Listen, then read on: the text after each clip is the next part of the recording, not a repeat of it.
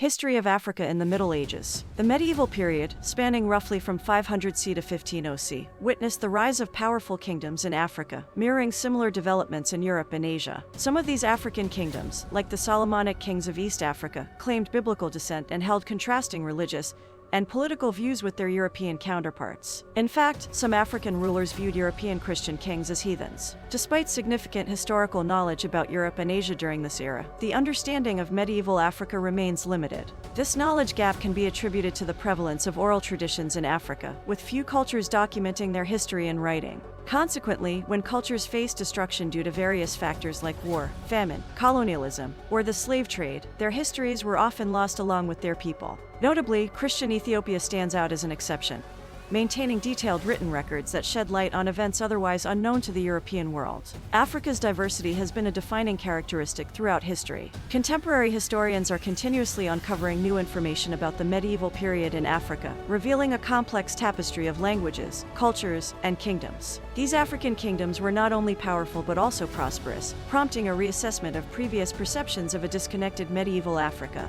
It is becoming increasingly evident that there were significant links between certain African societies and regions in Europe, China, and the Middle East, challenging earlier notions of isolation.